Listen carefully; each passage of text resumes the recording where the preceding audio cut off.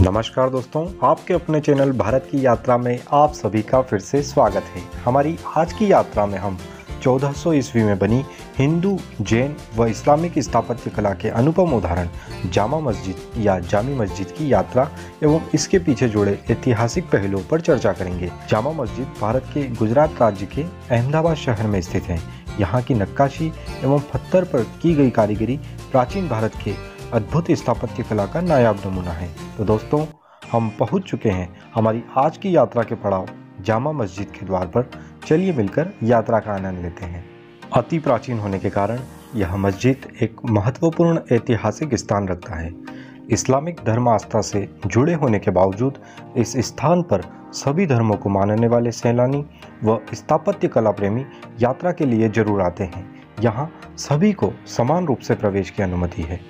ऐतिहासिक तथ्यों के आधार पर पीले बलुआ पत्थर से बनी यह भव्य इमारत सन 1423 के आसपास तत्कालीन शासक अहमद शाह प्रथम द्वारा निर्मित कराई गई थी। उस समय यह भारतीय उपमहाद्वीप की सबसे बड़ी मस्जिद हुआ करती थी। जैसा कि आप देख रहे हैं, पत्थर पर की गई कारीगरी सहज ही देखने वाले को अचंभित करती है। इस विशाल प्रांगण से होते हुए चलिए मुख्य प्रार्थना हॉल की तरफ चलते हैं। कहा जाता है कि प्रार्थना हॉल के प्रवेश द्वार पर बनी यह मीनारें पहले काफ़ी ऊंची हुआ करती थी, जो सन 1819 में आए एक भूकंप में अपनी आधी ऊंचाई खो चुकी है। चलिए मुख्य प्रार्थना हॉल में प्रवेश करते हैं। मुख्य प्रार्थना हॉल लगभग 15 गुंबदों से बना है, जिसके आधार में लगभग 260 स्तंभ लगे हुए हैं।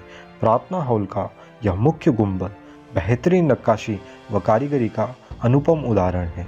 यहाँ गुंबदों में कमल के समान यह कलाकृतियाँ जैन, हिंदू व इस्लामिक स्थापत्य कला का सम्मेलन प्रदर्शित करती है। समान दूरी पर लगे हुए यह स्तंभ संपूर्ण भार को समान रूप से विभाजित करते हैं। मस्जिद की कलाकृतियों को निहारते हुए हमारी एक सज्जन से मुलाकात हुई।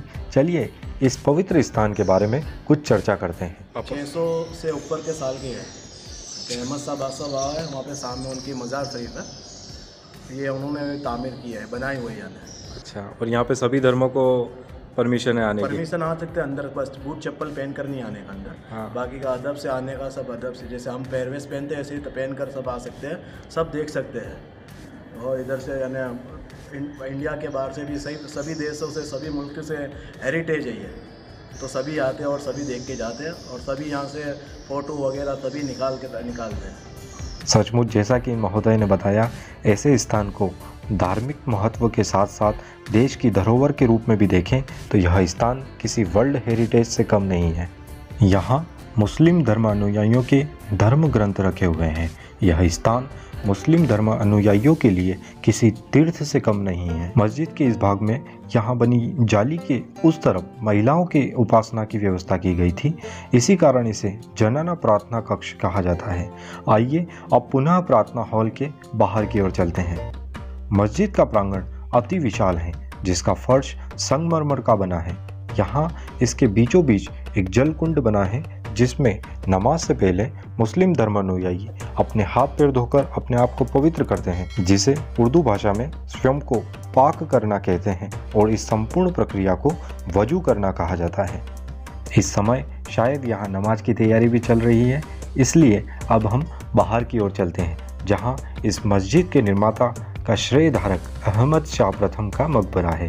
यहीं अहमद शाह प्रथम व उनके वंशज का मकबरा बना हुआ है। इसके पश्चात हम मस्जिद के मुख्य द्वार से बाहर की ओर निकलते हैं। यह स्थान अहमदाबाद शहर के मध्य में होने के कारण बाजार से घिरा है। रात्रि प्रारंभ होने पर बाजारों की रौनक और भी बढ़ने लगी है। तो दोस्तों, हमारी आज की यात्रा के बारे में आपके विचार कमेंट बॉक्स में ज़रूर बताएं। इसी तरह की अन्य स्थानों की यात्राओं का आनंद लेने के लिए आपके अपने चैनल भारत की यात्रा को सब्सक्राइब जरूर करें।